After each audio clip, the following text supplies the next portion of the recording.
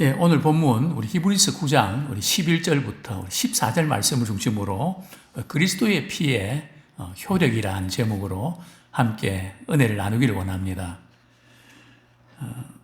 아직은 그래도 좀 덥기 때문에 이렇게 에어컨을 좀 트는데요. 제가 지금 리모컨이 3개가 있거든요. 이제 저 앞에 있는 스크린을 켜는 리모컨이 있고요. 그 다음에 이제 빔 프로젝터를 켜는 리모컨이 있고, 그 다음에 이제 에어컨을 켜는 리모컨이 있거든요. 근데 어떤 때는 이제 TV를 켜는데 말이죠. 에어컨 리모컨을 누르면 그래서 왜 안 나오는지 모르겠다고. 그죠? 우리 인생도 마찬가지입니다. 우리가 어떤 리모컨을 켜는가에 따라서 효력이 달라진단 말이죠. 또 이전에 참 지금도 생각하면 우스운데 말이죠. 새벽에 이제 이렇게 새벽 기도를 그때 제가 복역자로 갔으니까요. 이제 알람에 이제 이렇게 그때는 알람 시계였죠. 그죠?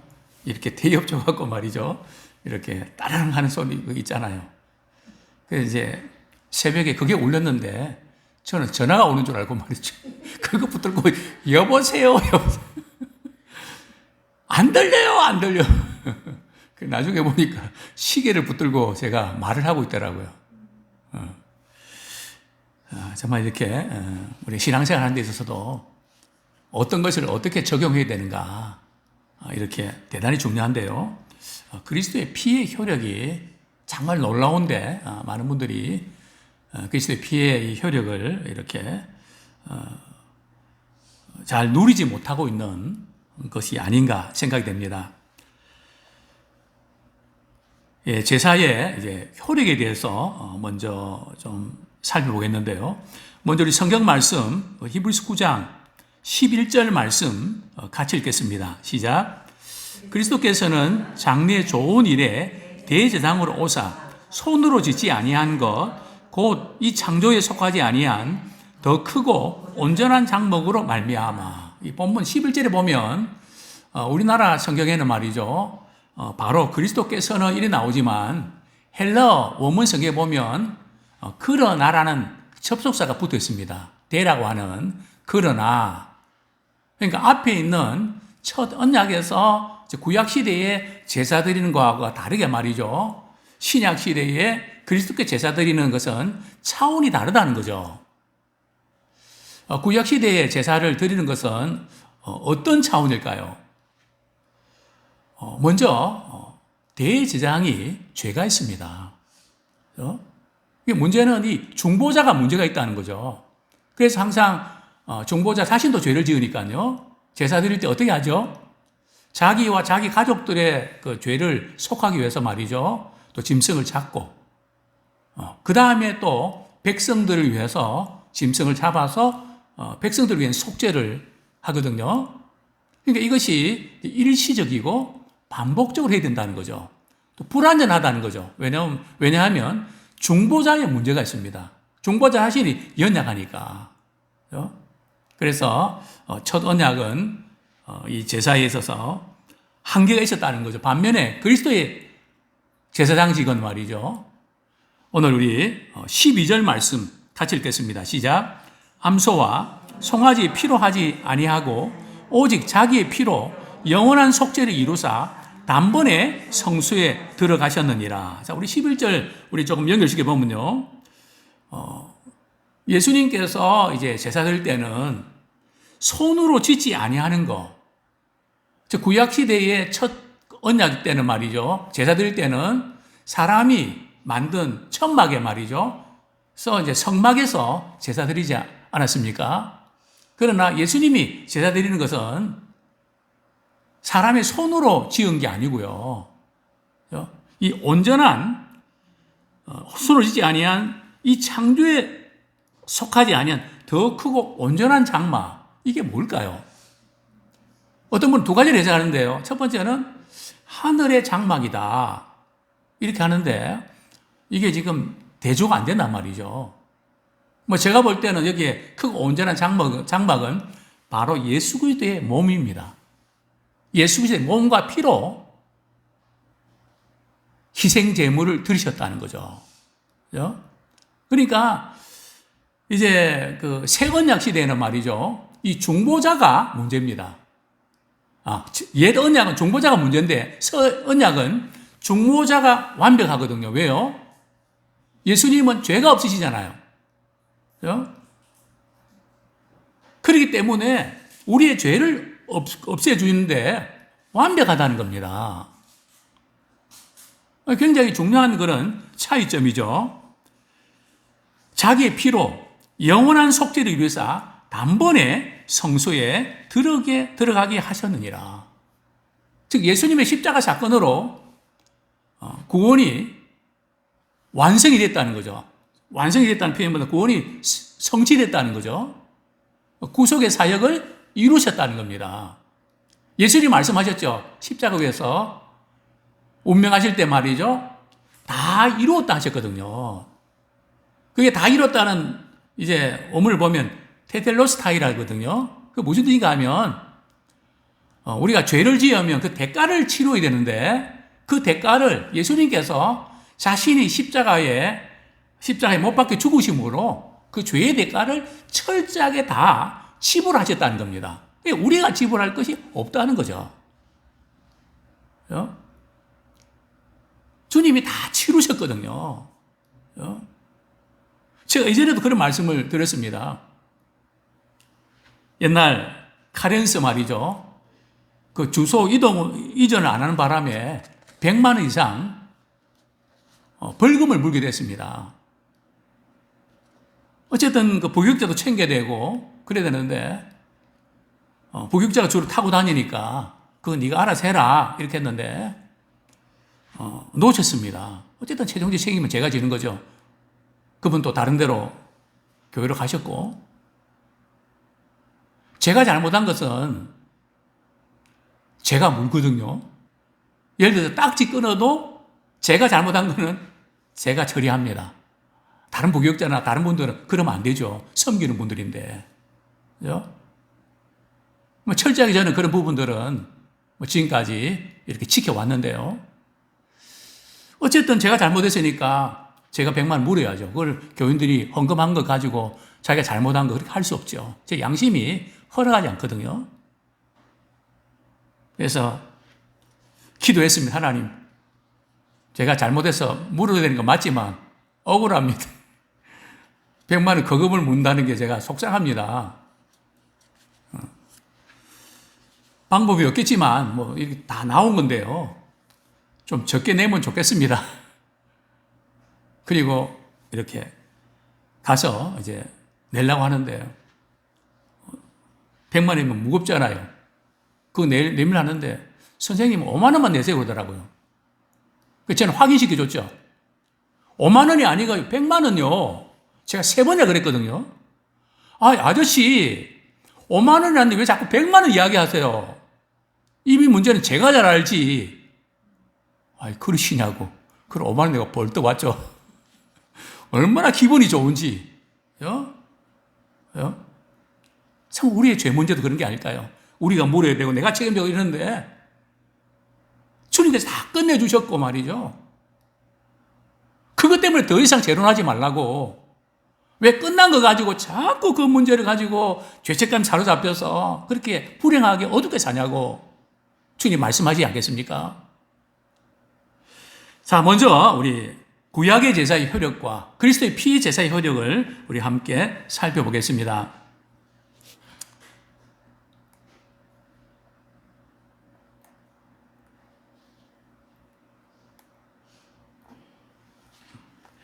예.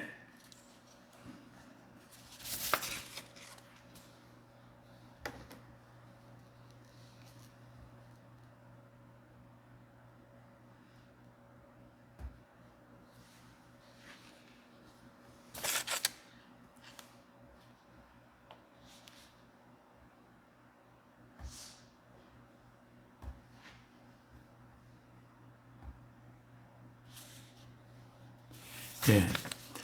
구약의 제사의 효력은 우리 본문 12절 제가 다시 한번 읽어드리겠습니다. 염소와 송아지의 피로 하지 아니하고 오직 자기의 피로 영원한 속죄를 이루사 단번에 성소에 들어가셨느니라. 13절 같이 읽겠습니다. 시작. 염소와 황소의 피와 및 암송아지의 죄를 부정한 자에게 뿌려 그 육체를 정결하게 하여 거룩하게 하거든. 아론 계통의 대제사장들은 속죄일에 말이죠, 짐승을 이제 희생 제물로 이렇게 잡았습니다. 자, 여기서 보면 염소와 황소의 피가 나오잖아요. 그죠? 염소는 누구를 위해서요? 백성들을 위해서. 우리 레위기 16장 11절 한번 보겠습니다. 레위기 16장 11절.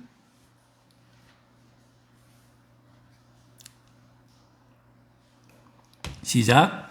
아론은 자기를 위한 속죄제에 수송아지를 드리되 자기와 집안을 위하여 속죄하고 자기를 위한 그 속죄제에 수송아지를 잡고, 그죠? 아론과 그 가족들을 위해서는 뭘 잡는다고요? 송아지, 즉 수송아지를 잡고요.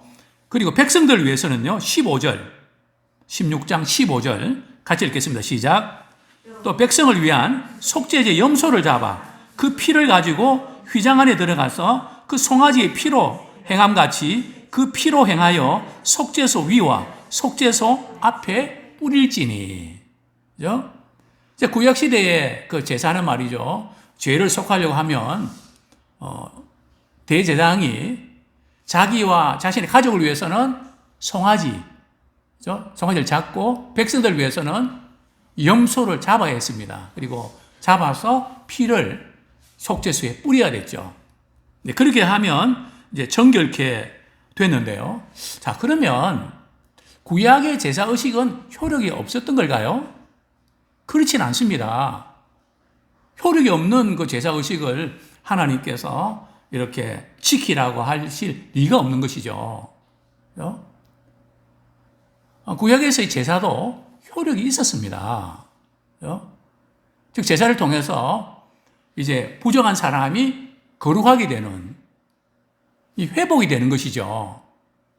하나님과의 관계가 회복되는, 물론 그것은 모형과 그림자였습니다. 그런 이제 효력이 있었죠. 자, 문제는 말이죠, 우리 13절 우리 같이 한번 읽겠습니다. 13절 시작. 염소와 황소의 피와 및 암송아지의 죄를 부정한 자에게 뿌려 그 육체를 정결하게 하여 거룩하게 하거든. 자, 이제 부정한 사람에 대해서 정결케 하는 예식이 있었거든요. 또 구약에 보면 여인이 말이죠, 우리 아이를 낳으면, 남자아이를 낳으면 며칠, 또 여자아이를 낳으면 며칠, 이렇게 정결 예식이 있었습니다. 그렇죠? 마찬가지로 시체를 만지거나 이러면 부정하기 때문에 정결함을 받아야 되거든요. 그럴 때는 어떻게 했는가 하면 우리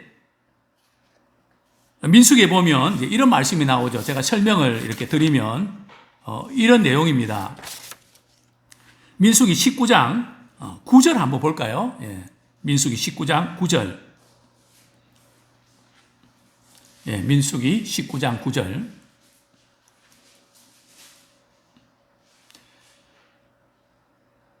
예, 같이 한번 읽겠습니다. 시작. 이에 정결한 자가 암송아지의 죄를 거두어 진영밖 정한 곳에 둘지니 이것은 이스라엘 자손 회중을 위하여 간직하였다가 부정을 씻는 물을 위해 간직할지니 그것은 속죄제니라. 자, 이제 누가 말이죠, 부정하게 됐다, 즉 시체를 만져서 부정하게 됐다. 자, 그러면 정결함 받아야 되는데 어떻게 되는가 하면 한 번도 말이죠, 멍에를 매지 않은, 그죠? 흠없는 붉은 어린 암송아지를 한 마리를 끌어내갖고 말이죠, 정한 규례대로 불살라서 재를 만듭니다. 그래서 이 재를 말이죠, 이렇게 보관해 두었다가 부정한 사람, 부정하게 된 자에게 말이죠, 그 재를 물에 타서 우슬초를 사용해서 말이죠, 우슬초가 뭔지 아시죠? 피처럼 말이죠, 이렇게 피를 이렇게 바르는데 풀이죠. 우슬초로 나를 씻기 있어서 그렇지 않습니까? 피를 뿌릴 때 문설주에 바를 때 우슬초를 사용했거든요. 우슬초로 그 부정한 사람에게 그 피를, 그 죄를 말이죠, 뿌렸습니다. 그러면 정결하게 됐죠. 그런데 정결하게 되는데, 외적으로는 정결하게 되는데, 이 내면적으로는, 즉 양심은 깨끗하게 할 수 없다는 것이 이제 구약시대 제사의 한계점이었습니다. 이제 구약의 그 제사 제도로 이제 죄사함 받았다 하는 의식은 있는데, 우리 이제 예배도 마찬가지입니다. 예배를 하나의 의식으로 생각하는 사람들은 오늘도 그냥 예배 드렸다로 끝난단 말이죠.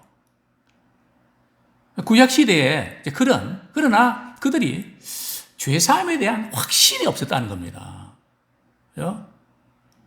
우리의 신앙생활에서 죄사함에 확신이 있는 성도와 죄사함에 확신이 없는 성도는 다릅니다. 왜, 어떻게 다른가 하는 말이죠. 죄를 많이 사함받는 사람은 예수님을 더 많이 사랑하고, 또 죄사함이 덜한 사람은 예수님을 덜 사랑하거든요. 또 반면에 죄사함을 받지 못했다면 머리로만 알고 정말 내 가슴으로, 내 삶으로 죄사함 받은 경험이 없으면 예수님을 사랑할 수가 없습니다. 우리 죄사함을 받았으니까 정말 저는 이 죄사함의 이 감격, 제게는 크게 와닿았는데요. 어느 정도 컸던가 하면 사람마다 다를 겁니다. 동일할 수는 없거든요. 제가 주님의 십자가의 사랑을 경험하고, 제가 이제 죄를 회개하고 몸부림칠 때에 마치 그 무거운 그 것들이 말이죠, 그게 다 빠져나간 것 같은, 그래서 몸이 날 것 같은, 마치 우리 미션 영화에 보면 말이죠, 어떤 사람이 그 무거운 짐을 지고 말이죠, 자기의 죄를 해결하기 위해서 말이죠, 높은 산을 올라가지 않습니까? 그죠? 그리고 목적지에 도달해서 말이죠, 잘라버려서 그 무거운 짐들이 떼굴떼굴 굴러서 말이죠, 바다에 빠지는 그 장면. 그렇습니다. 우리가 죄산 받았다는 것은 우리의 죄의 고리가 끊어지고요, 그동안 나를 죄로 인해서 옥죄었던 것, 힘들었던 그 모든 것들이 말이죠, 벗겨지는 것을 말하는 겁니다. 왜냐하면 하나님께서 우리 무리의 죄악을 그분에게 담당을 시키셨잖아요. 그러면 우리가 갖고 있는 그 죄가 예수님께 넘어갔잖아요. 근데 아직도 우리는 말이죠, 넘어갔다, 설교 드릴 때 넘어갔는데 집에 가면 또다시 다 와 있네요. 하나님께서 우리의 죄악을 말이죠, 그분께 친히 담당하셨으면 우리에게는 그 죄가 없어졌거든요. 물론 우리가 죄를 질 가능성이 있지만 주님이 우리의 죄를 친히 담당하셨단 말이죠. 근데 왜 자꾸 우리가 죄의 짐을 지고 내가 해결해야 되고, 그리스도의 피의 효력은 그렇지 않단 말이죠. 이게 바로 구약시대의 옛 언약에서 말이죠, 의식적으로 예배드리고 말이죠, 그러면서 월요일부터 토요일까지 사는 동안에는 주님이 나를 구원해 주시고 나의 죄를 사해 주셨다는 확신이 없이, 죄사함에 대한 확신이 없으면 어떤 문제가 생길까요? 자, 이제 그 부분을 우리가 조금 다루면 좋겠는데요. 자, 우리 14절 같이 읽겠습니다. 시작. 하물며 영원하신 성령으로 말미암아 흠없는 자기를 하나님께 드린 그리스도의 피가 어찌 너희 양심을 죽은 행실에서 깨끗하게 하고 살아계신 하나님을 섬기게 하지 못하겠느냐.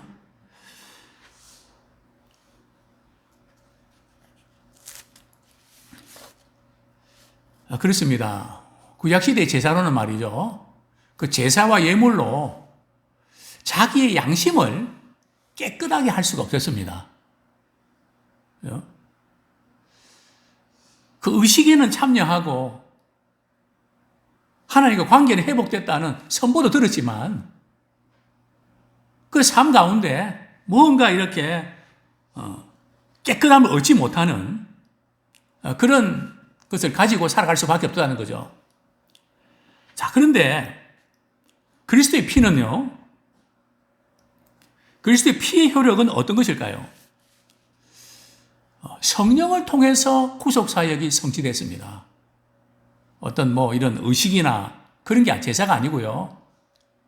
또 우리가 구원의 놀라운 사건을 믿는 것은 성령의 역사입니다. 우리의 죄가 사함을 받았다는 것도 말이에요. 머리가 아닙니다. 성령께서 말이죠. 하나님이 나 같은 죄인을 위해서 십자가에 못 박혀 죽으시고 그래서 나의 죄를 깨끗하게 사해 주셨구나. 그래서 성령께서 말이죠. 그것을 믿게 하시는 순간에 모든 죄의 중압감에서 벗어나게 되는 겁니다.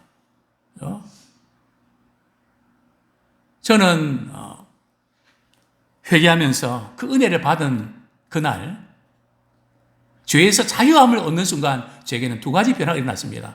첫 번째는 하나님의 사랑을 받고 있으니까 너무 기쁩니다. 저는 너무 우울하게 생각했거든요. 죽고 싶기만 했고 모든 게 어둡게만 느껴졌는데 모든 것이 밝게 보였습니다. 그래서 너무 기뻤습니다. 주님 주시는 기쁨이 충만했습니다. 또 하나는 거리의 나무들, 꽃들, 바람에 흔들거리는 그 모습도 너희들도 하나님 찬양하구나. 제가 요즘 많은 분들 보면 회심하고 말이죠. 은혜를 체험한 분들 보면 하늘이 다르게 보이고 식물이 다르게 보이는 똑같은 것인데 하나님의 기운을 느끼는 그런 고백들 할 때 비슷하구나. 그렇습니다. 우리 죄사함을 받으면 하나님의 관점에 눈이 열립니다. 하나님의 은혜로 여겨집니다. 하나님의 사랑으로 여겨집니다.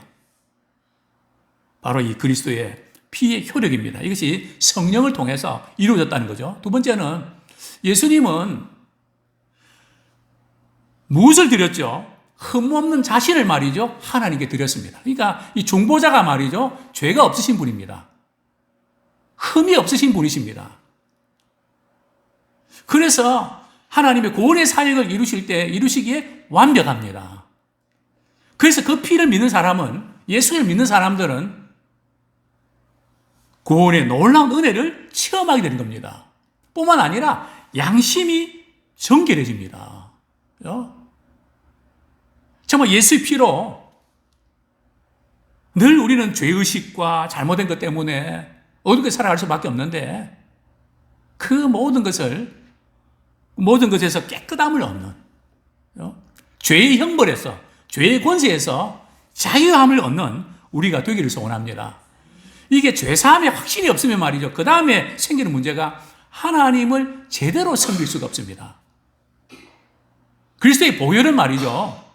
우리의 죄사함만으로 끝나는 게 아니라 그리스도의 보혈은 하나님을 섬기는 데까지 나갑니다. 이 죄사함의 은혜가 없이는요, 하나님 제대로 섬길 수 있을까요? 지난주에 또 우리 며칠 전에 내가 어떤 죄를 지었는데 참 내가 이것밖에 실망도 하고 이런 마음을 가지고 주님 앞에 나왔습니다. 또 봉사를 해야 되는데요. 죄의식이 있으면 하나님 대하기가 편한가요? 부담스럽죠. 두렵죠. 내가 잘못했다고 하나님께서 벌하시지 않을까? 이런 마음으로 하나님을 어떻게 섬깁니까? 섬기는 것은 말이죠. 사랑의 감동을 받아야 부부관계도 제대로 섬길 수 있고 주님도 제대로 섬길 수 있습니다. 두려워서 억지로 하는 것은 얼마 동안 하지만 나중에 시험 들거든요. 그럼 하나님의 사랑에 감동받아서 이렇게 하게 되면 늘 하고도 미안하고 좀 더 잘해야 되는데 늘 아쉽고 그게 바로 사랑하는 마음으로 섬길 때 또 그렇지 않을 때의 차이점 아닙니까? 바로 그리스도의 피의 효력을 아는 사람들은 하나님을 제대로 섬기게 됩니다. 참 이게 얼마나 큰일인지 아십니까? 우리 스펄전은 이렇게 말합니다. 살아계신 하나님을 섬기는 것은 살아있는 사람의 행복에 필수적입니다. 우리는 이 목적을 위해 지음받았으며 만일 우리가 창조주 하나님을 공경하지 않는다면 창조의 목적을 깨닫지 못하는 것입니다. 인생의 목적은 하나님을 영원롭게 하고 하나님을 영원토록 즐거워하는 것입니다. 그 목적을 깨닫지 못한다면 우리는 비참한 실패자들입니다. 간혹 이런 분들 만나지 않습니까? 이래 살아서 뭐하나. 그죠? 우리는 불신자들 그렇게 살면 안 돼요. 우리는 창조의 목적이 분명하거든요. 창조의 목적이 뭡니까? 우리의 몸과 우리의 시간과 우리의 건강으로 어떻게 하면 하나님을 영원롭게 할 수 있을까? 어떻게 하면 그분을 기쁘시게 드릴 수 있을까? 그분께 영광을 돌릴 수 있을까? 어떻게 섬길 수 있을까?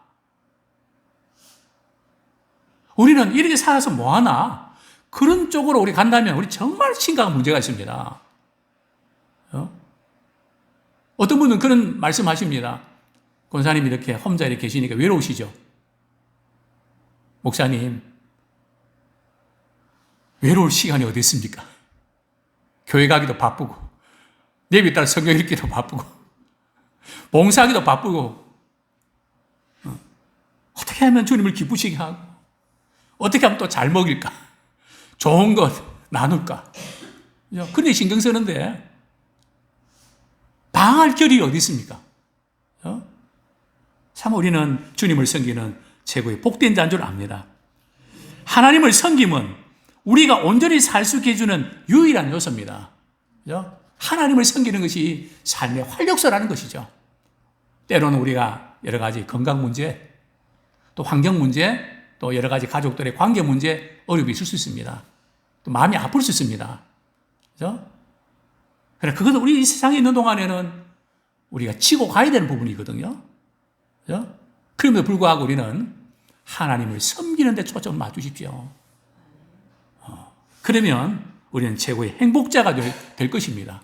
온전히 살아가는 그런 믿음의 사람 될 줄로 믿습니다.